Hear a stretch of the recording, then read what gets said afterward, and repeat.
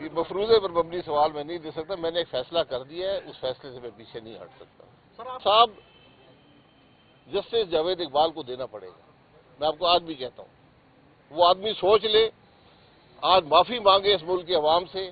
جن لوگوں کے ساتھ اس نے ظلم کیا ان سے معافی مانگ لے تو شاید آخرت میں بچت ہو جائے. یہ معمولی باتیں نہیں ہیں. آپ جن کرسی پر بیٹھتے ہیں ذمہ داری کی کرسیاں ہوتی ہیں. انصاف کی کرسی پر بیٹھتے ہیں، بہت بڑی ذمہ داری ہوتی ہے. اگر آپ کو احساس نہیں ہے، جو آدمی سپریم کورٹ کا جج رہا ہو اور اس کرسی پر بیٹھ کر جھوٹ بولے، ناانصافی کرے، ذیلی مقدمے بنائے، اس کا کیا احتساب نہیں ہوگا؟ یہ آج آپ کے ساتھ یہ چوتھا سال جاری ہے. 2019 میں کیس بنا، 2020 میں عدالت میں آئے، اور ابھی تک نہ کوئی گواہ آتے ہیں، نہ پتہ چلتا ہے کیس ہے کیا. تو ہم تو پہلے دن سے کہہ رہے ہیں کہ اس عدالت میں کیمرے لگائیں اور پاکستان کے عوام کو دکھائیں کہ کون سا جرم ہوا ہے یہاں پر. آپ یقین کریں، ہم ججوں سے بھی پوچھتے ہیں، نیب سے پوچھتے ہیں یار کہ ہمارا قصور کیا ہے، ہمارا جرم کیا ہے، لیکن ابھی تک پتہ نہیں چلا. بہرحال پچھلی دفعہ جو نیب کا کیس میرے خلاف تھا وہ 9 سال چلا تھا، تو ابھی تو صرف 3.5 سال ہوئے ہیں، تو یہ بھی چل جائے گا. نیب کے بارے میں لوگ سوال کرتے ہیں. میں ہمیشہ کہتا ہوں نیب رہا تو ملک نہیں چلے گا. یا آپ ملک چلائیں یا نیب چلا لیں. آپ یہ دیکھ لیں، میاں نواز شریف صاحب کے کیس آپ کے سامنے ہیں. 2018 میں تاریخ پیچھے کر کے عین الیکشن کے دوران ان کو کنوکٹ کیا گیا. اس کے 6 مہینے بعد دوسری کنوکشن کی گئی.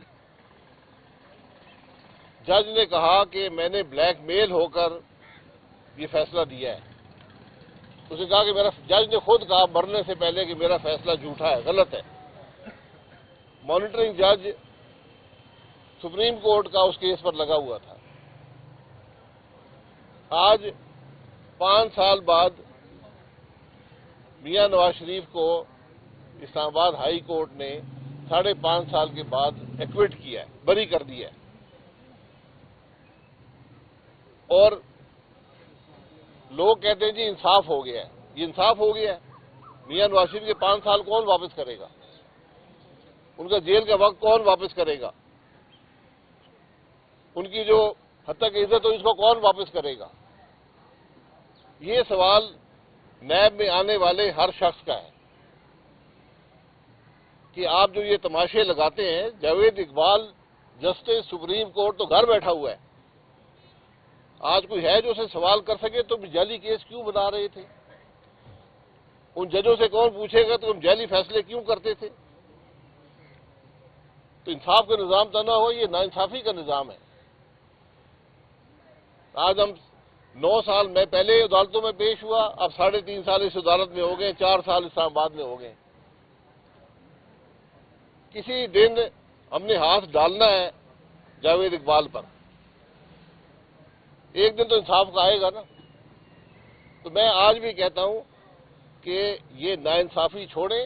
جس ملک کا نظام ناانصافی پہ مبنی ہو وہ ملک نہیں چلتا. جس ملک میں اس ملک کے وزیر اعظم کو انصاف نہ مل سکے، وہ آدمی جو 3 دفعہ وزیر اعظم رہا اس کو انصاف نہ ملے، وہاں عام آدمی جو ان عدالتوں میں بیٹھے ہوئے، آپ اندر جا کر دیکھ لیں، عدالتیں بھری ہوئی ہیں، صرف تاریخیں ملتی ہیں، نہ کوئی گواہ آتا ہے، نہ کوئی کیس ہے. تو اگر ملک کے وزیر اعظم کو انصاف نہیں ملے گا تو غریب آدمی کو کیا انصاف ملے گا؟ یہ سوال ہیں جو آج ملک کے لیے ہیں. ہم باتیں بہت کرتے ہیں، ترقی کی بات کرتے ہیں، ملک کی معیشت کی بات کرتے ہیں. جس ملک میں عدالتی نظام محفوظ نہیں ہوگا، وہ انصاف نہیں دے گا، وہاں نہ ترقی ہوگی نہ معیشت آگے بڑھے گی. یہ باتیں سمجھنے کی ہیں. اگر نہیں سمجھیں گے، دوسرے ممالک کو دیکھ لیں جو ترقی کر رہے ہیں، ترقی کر چکے ہیں. بنیادی چیز عدالتی نظام ہے، انصاف کا نظام ہے. اس کے بغیر ملک آگے نہیں چلتے. شکریہ. شاہد صاحب، آپ میاں صاحب کی بات کی. میاں صاحب کو تو اب انصاف ملنا چلے، دیر سے ہی مل تو رہا، آپ کو انصاف نہیں ملا. دوسری بات یہ کہ جہاں تک انصاف نہ ملنے کی بات ہے تو بھٹو صاحب کو بھی انصاف نہیں ملا، بینظیر بھٹو صاحبہ کو بھی انصاف نہیں ملا.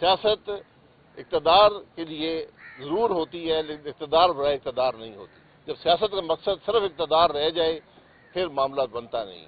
مجھے آج اقتدار کی سیاست نظر آتی ہے، اس کا حصہ میں نہیں بننا چاہتا۔ یہ الیکشن کچھ نہیں دیں گے، یہ بات یاد رکھیں۔ اگر آج آپ نے طے نہ کیا کہ ملک آگے کیسے چلے گا، یہ الیکشن مزید انتشار کا باعث ہوگا۔ سر آپ نہیں چاہ رہے کیا نگران مسلسل چلے یا کوئی اور آگے بیٹھے؟ نہیں، میں کہہ رہا ہوں الیکشن ضرور کرائیں، الیکشن کے بغیر گزارا نہیں ہے۔ الیکشن کرائیں گے، بغیر آگے کا راستہ طے کیے تو خرابی ہوگی، الیکشن نہیں کرائیں گے اس سے بڑی خرابی ہوگی۔ اچھا سر، اگر نون لیگ راستہ کیا طے کریں؟ راستہ کون سا طے کریں الیکشن سے پہلے وہ تو بتائیں۔ یہ انصاف کا راستہ طے کر لیں، معیشت کا راستہ طے کر لیں، ملک میں اداروں کے درمیان تعلقات کا راستہ طے کر لیں، ملک کے عوام کے لیے کیا کریں گے یہ راستہ طے کر لیں۔ آج 4 مہینے سے انٹرم گورنمنٹ ہے، کسی نے بات کی ہے ملک کے عوام کی، ملک کی معیشت کی، ملک کے مسائل کی حل کی؟ کوئی کہتا ہے لیول پلینگ فیلڈ نہیں ہے، سب کو اقتدار چاہیے، اقتدار سے مسئلہ حل نہیں ہوگا۔ تو سر اس وقت جو نون لیگ کی الیکشن لڑنے کی مہم ہے تو وہ بھی صرف اقتدار کی جنگ ہی لگ رہی ہے آپ کو؟ لیکن میں کہہ رہا ہوں سب آج اقتدار کی بات کر رہے ہیں، مجھے عوام کے مسائل کی حل کی بات نظر نہیں آتی۔